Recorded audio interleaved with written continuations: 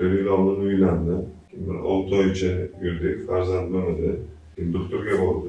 Lecheniyadan qildi, o'zgarish bo'ladi dedi. Keyincha lecheniya qildi. O'zgarish bo'lmadi. O'shanda bizda topshirganga mana o'sha 0gacha qolaverdi, o'zgarish bo'lmadi. Umid uzilgandi o'zi. Keyin shu Instagramda Sanjar akamning videolarini ko'rib qoldim. Kelishga qaror qildim keyin. Keldim oldilariga. Azospermiya tashxisi qo'yildi. Varikoselli operatsiya qilamiz dedilar. Keyin varikoselli operatsiya qilmoqchi edi. O'sha tuxuming yaxshi ekan, zarar yetkazmaydi deb varikoselli qilmadilar. Bir oydan keyin kelasan dedilar. Tezda amaliyot bajaramiz dedilar. Bir oydan keyin keldim. 3 yilda farzandlik bo'la olmaysan degandan keyin to'g'risi mana shu 3 yil 4 yildan beri ichimga faqat bitta shu narsa edi. O'ylab bo'lmaydi deb yurgandim. Shu kechagi operatsiyadan keyin hammasi yaxshi. Ichimga yorug'lik bordi. Bilasiz-ku shu narsani dardingiz ichingizga bir dardingizda aytolmayman.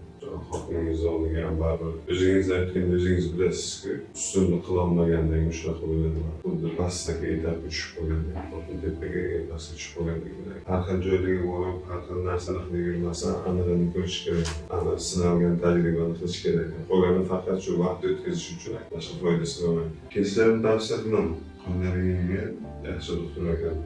Sanjar akaga ham, hamma shogirdlarga katta rahmat.